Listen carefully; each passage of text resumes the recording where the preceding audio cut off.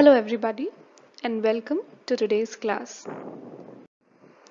Today we are going to continue with our discussion on complementary feeding यानी हम आज ऊपरी आहार और पूरक आहार के हमारे डिस्कशन को आगे बढ़ाएंगे।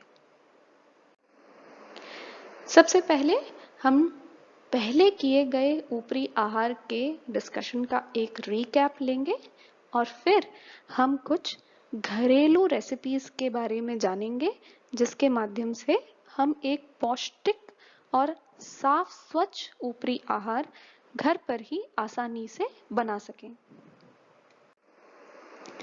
सो फार हमने क्या सीखा है कॉम्प्लीमेंट्री फीडिंग के बारे में। ये एक ऐसा ऊपरी आहार है जो कि माता के दूध के साथ शिशु के 6 माह के आयु होने के पश्चात शुरू किया जाता है।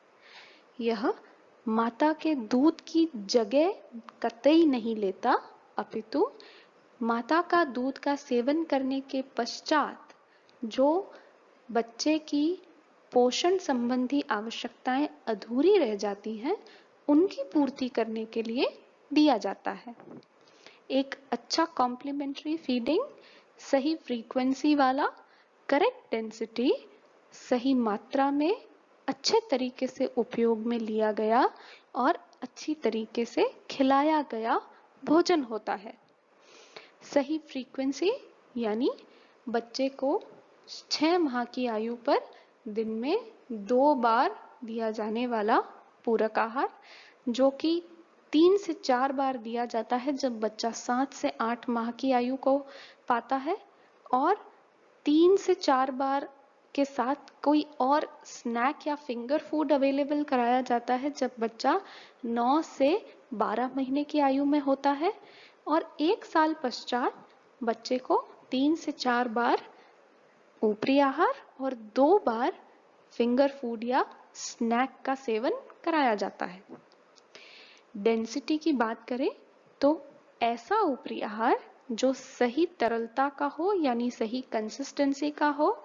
शुरुआत में मैश्ड फूड दिया जाता है, उसके बाद अच्छा हलवा, खिचड़ी या फिर दलिया, और उसके बाद 9 से 12 की आयु में चॉप्ड यानी बारीक कटा हुआ चॉप्ड और मैश्ड फूड कंटिन्यू किया जाता है, और 1 साल के पश्चात बच्चा अपने परिवार के साथ परिवार जो भोजन करता है वही भोजन का सेवन करना शुरू करता है, बस उसकी सॉफ्टनेस थोड़ी ज्यादा होती है।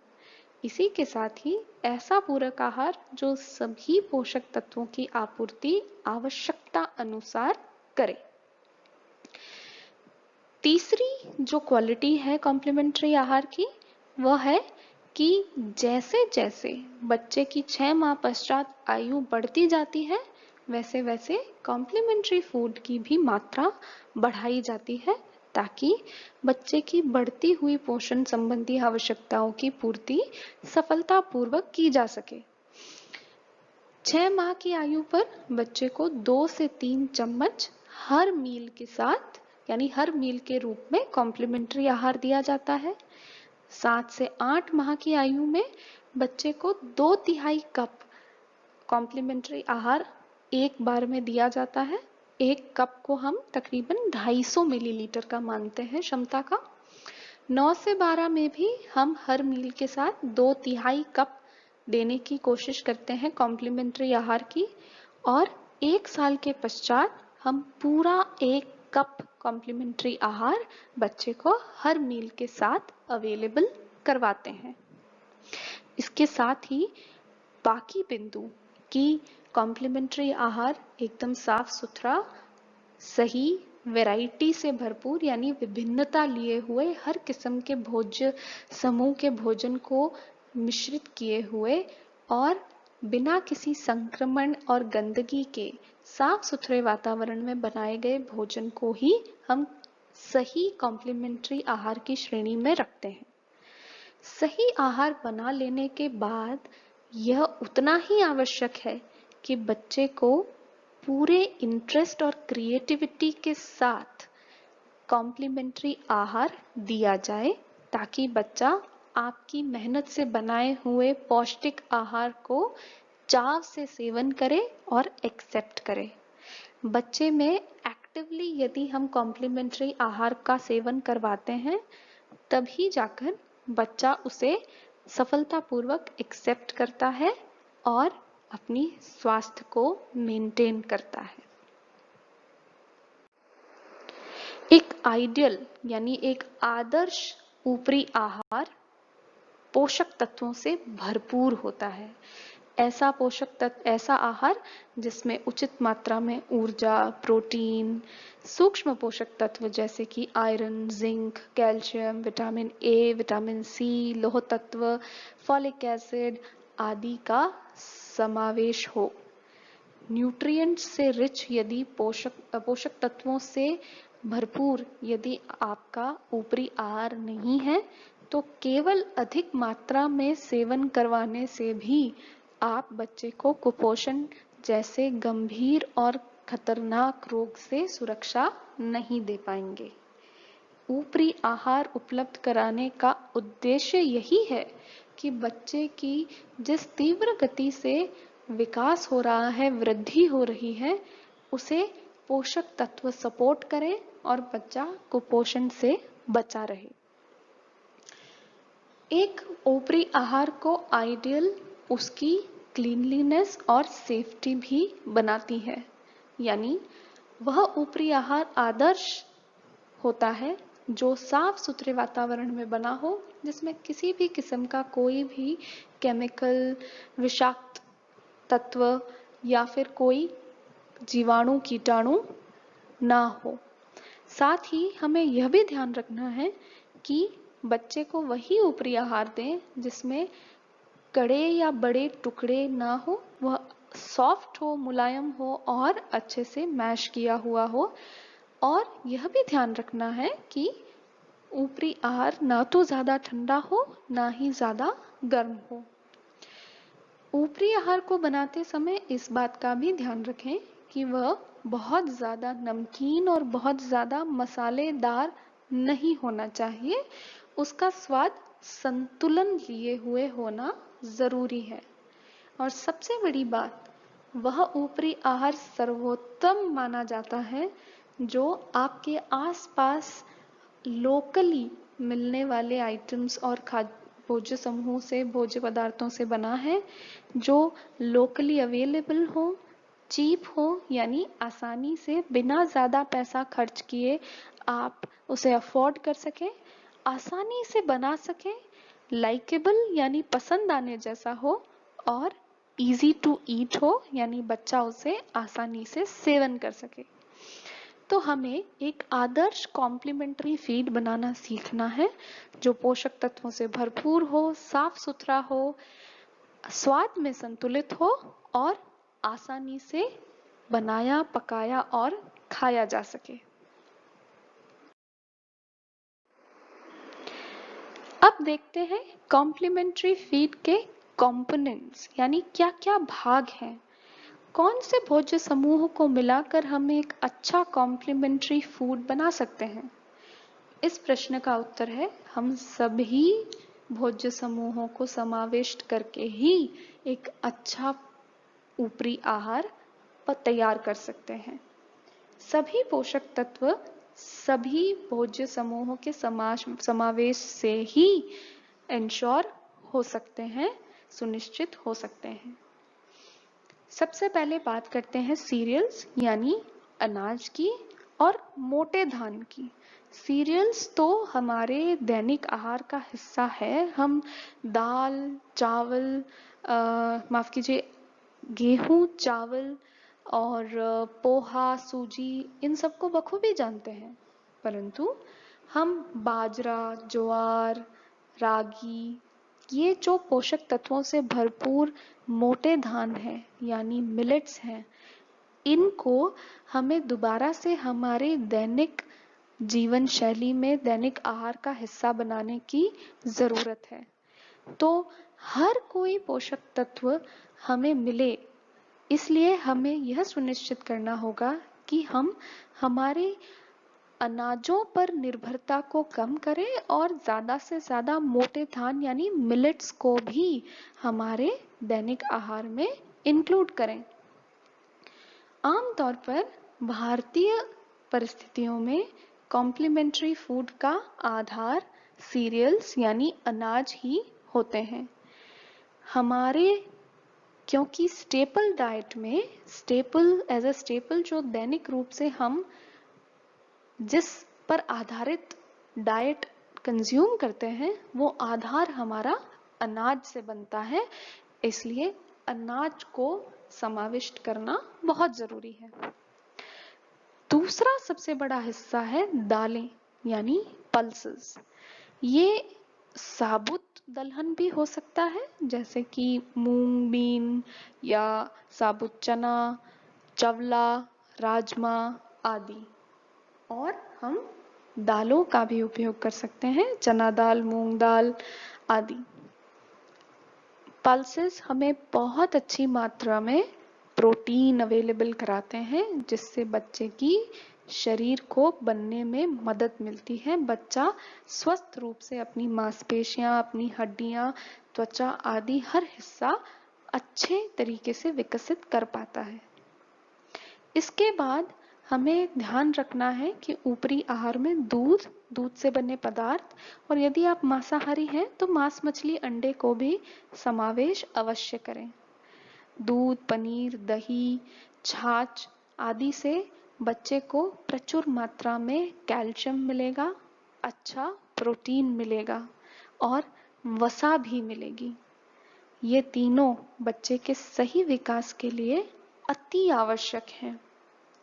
इसके अतिरिक्त बच्चे में रोग प्रतिरोधक क्षमता को बढ़ाने के लिए जरूरी है कि हम ऊपरी आहार में फल व सब्जियों को भी प्रचुर मात्रा में इंक्लूड करें, खासकर वे फल व सब्जियां जो गहरी लाल, हरी और नारंगी रंग की होती हैं।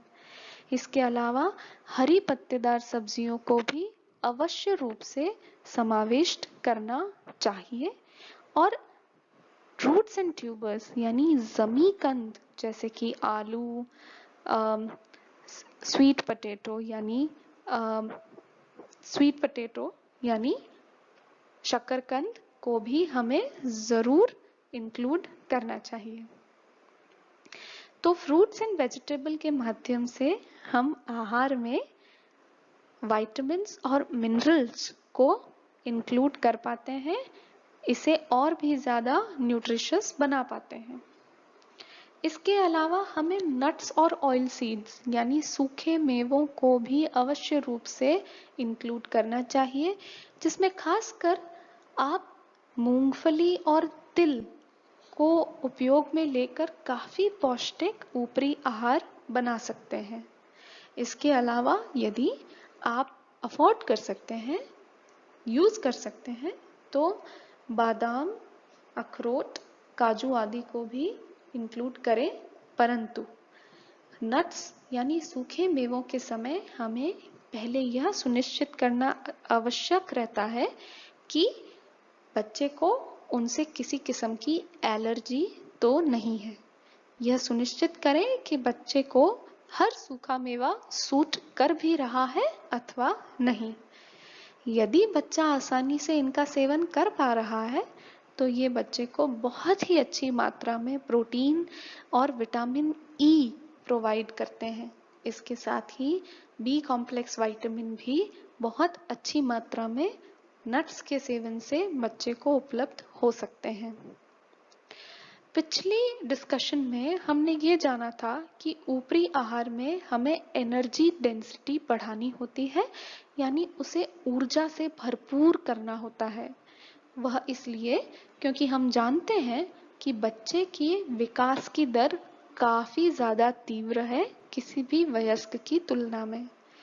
इसलिए हमें हर ऊपरी आहार में गुड़, चीनी, घी या तेल के माध्यम से उसके ऊर्जा की क्वांटिटी को बढ़ाना होता है, ऊर्जा के अनुपात में बढ़ोतरी करनी होती है। यह ध्यान रखने वाली बात है कि एक वयस्क के भोजन की तुलना में एक बढ़ते हुए बच्चे के भोजन में हमें चीनी, गुड़ या घी अथवा तेल को अवश्य रूप से सम्मिलित करना चाहिए। तो अनाज, दाल, मोटा धान, दूध से बने पदार्थ, फल व सब्जी, नट्स एंड ऑयल सीड्स, मीठा और वसा, ये सभी को सम्मिलित करके हम एक पौष्टिक और सही ऊपरी आहार बना सकते हैं। अब बात करते हैं किस तरीके से और किस अनुपात में हमें किसी भी ऊपरी आहार में इन विभिन्न भोज्य समूहों को बांटना है। ये जो परसेंटेज हम देख रहे हैं, इसे हम एक आइडिया ले सकते हैं। यह कतई आवश्यक नहीं है कि हर रेसिपी इसी अनुपात को उपयोग में लेकर बनाई जाए, पर ऑन एन एवरेज, आमतौर पर किसी भी ऊपरी आहार की रेसिपी में सबसे ज़्यादा अनाज का उपयोग होता है। उसके बाद हमें यह सुनिश्चित करना चाहिए कि अनाज के आधा हम अवश्य रूप से पल्सेस को सम्मिलित करें, ताकि सभी आवश्यक अमीनो अम्ल यानी अच्छी गुणवत्ता वाला प्रोटीन हम बच्चे को उपलब्ध करवा पाएं। इसके साथ ही जितनी हम दालें ले रहे हैं, उतनी ही हम फल व सब्जी भी अवश्य रूप से सम्मिलित करें। एनर्जी डेंसिटी बढ़ाने के लिए हम उनमें वसा और मीठा, यदि रेसिपी मीठी है तो अवश्य रूप से हम मीठा करें, ताकि बच्चा जो है वो ज़्यादा से ज़्यादा क्वांटिटी में इस सामग्री को, इस रेसिपी को एक्सेप्ट करें। इसके साथ ही जो एक बदलाव हम किसी भी रेसिपी में कर सकते हैं, वह है मूंगफली, तिल या सूखे मेवों के मिश्रण से। आप चाहे कोई नमकीन रेसिपी बना रहे हो या कोई मीठी रेसिपी तैयार कर रहे हो, दोनों में ही आप इन सूखे मेवे को सम्मिलित कर सकते हैं। इससे vitamin E, B complex vitamins और काफी सारे खनिज लवणों को भी आप अपने बच्चे को उपलब्ध करवा पाएंगे। किसी भी रेसिपी की योजना बनाते समय, ऊपरी आहार को प्लान करते समय आप इस अनुपात से एक आइडिया ले सकते हैं, जहां अनाज 40%, पल्स यानी दालें 20%, फल व सब्जियों का अनुपात 25%, फैट्स और शुगर्स यानी वसा और मीठा 5-5% और सूखे मेवे भी 5% आप कुल सामग्री का रख सकते हैं। इससे हम यह सुनिश्चित कर पाएंगे कि सभी पोषक तत्वों का इंक्लूजन हो, सम्मिलित हुए हैं और सभी पोषक तत्व हम बच्चे को उपलब्ध करवा सकते हैं। अब कई प्रकार के कॉम्प्लीमेंट्री फीड्स हम बना सकते हैं, बट इन कॉम्प्लीमेंट्री फीड्स के कुछ मेजर श्रेणियां हैं, कुछ मुख्य कैटेगरीज हैं जिनमें हम इन कॉम्प्लीमेंट्री फूड्स को बांट सकते हैं। इन मुख्य श्रेणियों में कॉम्प्लीमेंट्री फूड्स को बांटने के पीछे उद्देश्य ये है कि हम बच्चे को स्वाद और भोज्य समूहों में वैरायटी के साथ साथ टेक्सचर और रेसिपीज की वैरायटी भी उपलब्ध करा सकें। जितनी ज्यादा वैरायटी आप बच्चे को प्रोवाइड करेंगे, बच्चा उतने ही शौक से नई नई चीजों को खाना सीखेगा और ज्यादा से ज्यादा पोषक तत्वों को ले पाएगा। यदि आप किसी एक ही रेसिपी को निरंतर बच्चे को खिलाए जा रहे हैं, तो आपको यह भी समझना होगा कि जिन पोषक तत्वों में वो रेसिपी कमी रखती है, वो पोषक तत्व आपके बच्चे को नहीं मिल पा रहे हैं। इसलिए हम यह ध्यान रखते हैं कि विभिन्न पोषक तत्वों की आपूर्ति के लिए अलग अलग फूड्स, अलग अलग रेसिपीज को हम बच्चे के कॉम्प्लीमेंट्री आहार की रिजीम में सम्मिलित करें। सबसे पहली कैटेगरी है पॉरेज, जिसके अंदर हम दलिया, हलवा, खिचड़ी आदि को सम्मिलित करते हैं। यह मैश्ड, सॉफ्ट और थिक होना चाहिए, बहुत ज्यादा बहता हुआ तरल नहीं होना चाहिए। दूसरी मुख्य कैटेगरी है सूप्स की, जिसके अंदर हम बहुत अच्छी मात्रा में फल व सब्जियों को सम्मिलित कर सकते हैं। सूप्स एक ऐसा माध्यम है जिसमें बच्चे का पाचन भी अच्छा रहता है, बच्चे को ज्यादा मात्रा में किसी और रेसिपी की तुलना में ज्यादा मात्रा में फल व सब्जी मिल सकती है और यह बहुत ही स्वादिष्ट तरीका है बच्चे को विटामिन्स और खनिज लवणों से भरपूर आहार प्रदान करने का। सूप्स पानी जैसे कतई नहीं होने चाहिए। ऊपरी आहार के सूप्स गाढ़े और भोज्य समूहों से भोज्य पदार्थों से भरपूर होने चाहिए। किसी भी मोटे और चबाने लायक भोजन से, भोज्य पदार्थ से या हिस्से से बचने के लिए आप सूप्स को अच्छे से पीसकर छान कर बच्चे को उपलब्ध करवा सकते हैं।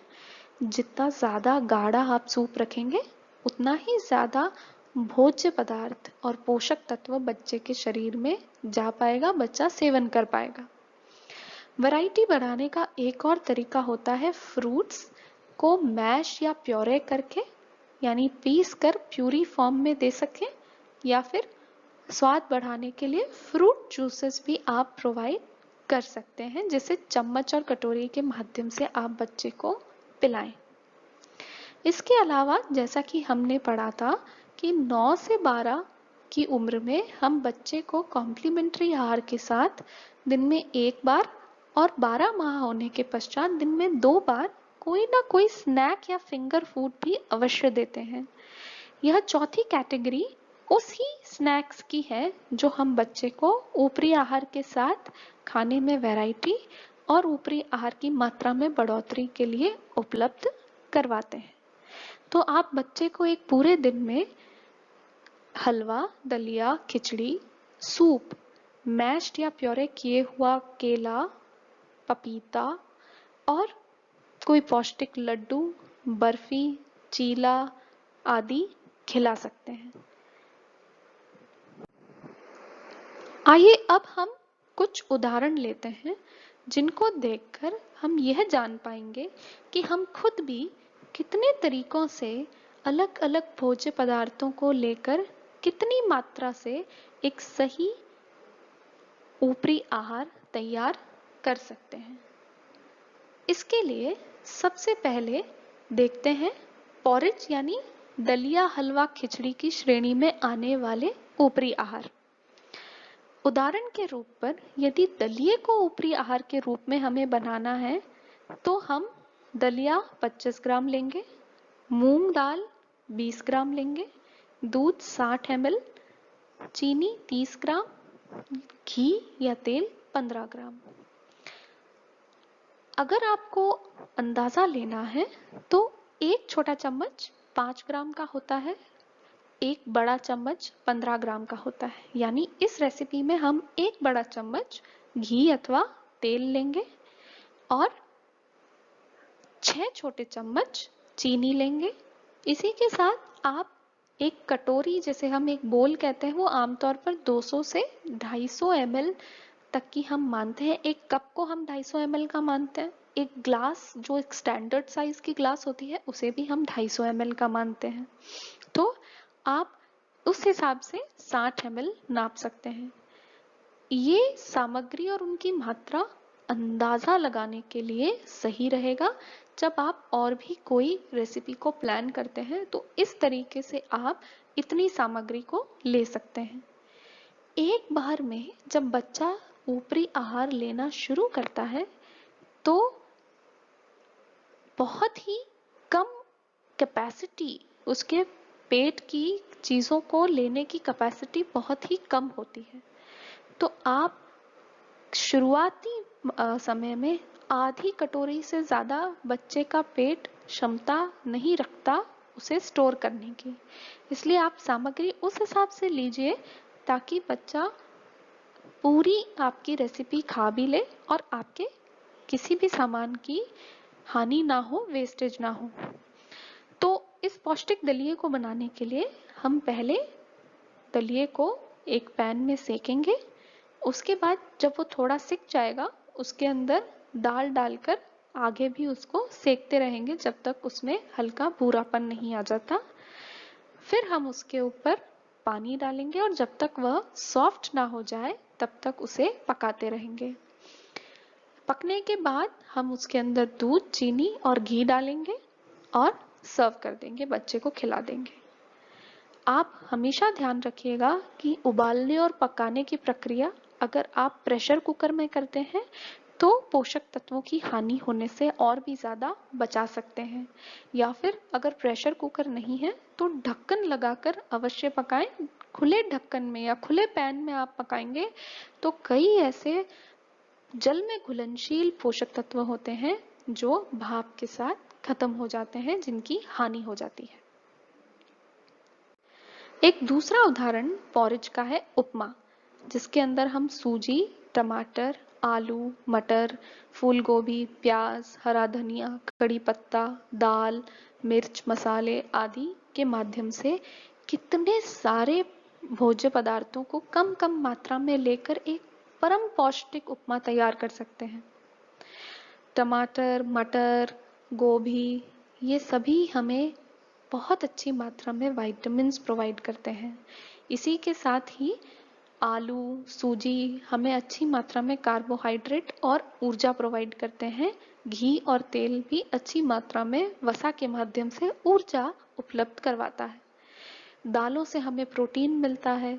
इसी तरीके से हम सभी पोषक तत्वों को अलग अलग भोज्य पदार्थों के माध्यम से ले सकते हैं। हमेशा ध्यान रखिए कि मसाले बहुत ही कम रखें, भोजन को अत्यधिक नमकीन और अत्यधिक तीखा कतई ना बनाएं। आप देखेंगे कि इन सभी ऊपरी आहार को बनाने की जो विधियां हैं वो बहुत ज्यादा आसान हैं, जिसमें आपको बहुत थोड़ी सी कुकिंग और बहुत थोड़े से मिश्रण से ही आप एक बहुत ही स्वादिष्ट और पौष्टिक ऊपरी आहार तैयार कर सकते हैं। सूप का यदि उदाहरण लें तो मात्र चना दाल, चावल, पालक, टमाटर के मिश्रण से हम एक अच्छा और पौष्टिक सूप बना सकते हैं, जो कि विटामिन ए, प्रोटीन, वसा, कार्बोहाइड्रेट, ऊर्जा आदि से रिच है, आदि से भरपूर है। एक बढ़ते बच्चे को इन सभी पोषक तत्वों की बहुत प्रचुर मात्रा में आवश्यकता पड़ती है। सूप बनाना बहुत आसान है। आपको सिर्फ जो दाल और चावल है उनको भिगोना है, पकाना है, सभी सब्जियों को पकाकर एक दूसरे के साथ मिक्स करके छान कर थोड़े से घी का तड़का लगाकर सर्व कर देना है। बच्चे को सूप या कोई भी ऊपरी आहार खिलाते समय हमें ध्यान रखना है कि वो बहुत ज्यादा गर्म अथवा बहुत ज्यादा ठंडा ना हो। अब बात करते हैं स्नैक की, जैसे कि ये पौष्टिक चीले का स्नैक है। ये वो अवस्था है जब बच्चा 9 महीने से ज्यादा बड़ा हो जाता है। इस समय बच्चे के टूथ इरप्शन यानी दांत आने की प्रक्रिया शुरू होती है और मसूड़ों में बच्चा खुजली अनुभव करता है। इस समय बच्चा प्रेफर करता है, प्राथमिकता देता है जब आप उसे कोई चबाने लायक स्नैक प्रोवाइड करते हैं, चाहे वो कोई भी फ्रूट का पीस हो या कोई चीला या लड्डू का या बर्फी का पीस हो।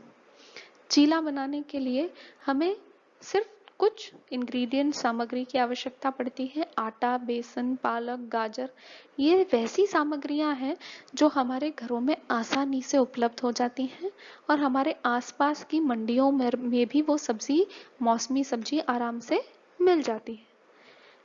चीला बनाने के लिए आपको सब्जियों को अच्छे से काटना है, आटे और बेसन को सब्जियों में मिक्स करना है, पानी डालकर एक तवे पर बैटर को फैलाकर उसे घी या तेल की सहायता से सेकना है। बच्चे को आप रोल बनाकर थोड़े से सॉस या चटनी लगाकर भी चीला खिला सकते हैं। तो इस तरीके से अलग अलग प्रकार के कॉम्प्लीमेंट्री फीड्स आप बहुत ही सीमित मात्रा में बनाकर बच्चे को वैरायटी उपलब्ध करा सकते हैं।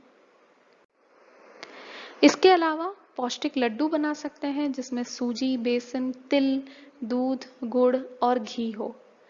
इन लड्डुओं को और इन स्नैक्स की एक खास बात ये भी है कि लड्डू, बर्फी, पंजरी जैसे स्नैक्स बहुत आसानी से लंबे समय तक खराब नहीं होते और आपके बच्चे को बीच-बीच में पेट भरने के लिए और पोषण प्रदान करने के लिए आप इनका आसानी से उपयोग कर सकते हैं। इन्हें आप अच्छी मात्रा में बनाकर रखें और बच्चे को हर दिन बीच-बीच में खिलाते रहें।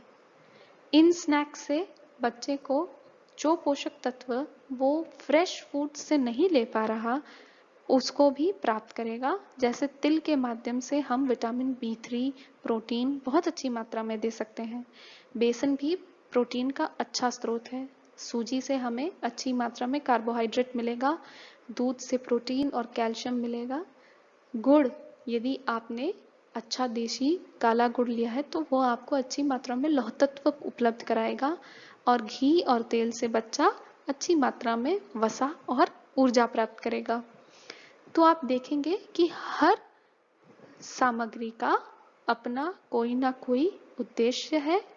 हर सामग्री अपने आप में पोषक तत्वों की खान है। तो इसी के साथ कॉम्प्लीमेंट्री फूड्स में घर पर बनने वाली फ्रेश ताज़ा रेसिपीज को आज हमने डिस्कस किया। इन रेसिपीज को कितनी सामग्री को किस अनुपात में उपयोग करके बनाया जा सकता है, ये भी हमने सीखा। इन रेसिपीज के बारे में और जानने के लिए और इससे भी ज़्यादा रेसिपीज को देखने के लिए वीडियो के नीचे दिए हुए डिस्क्रिप्शन बॉक्स में लिंक पर क्लिक करिए। Thank you all very much.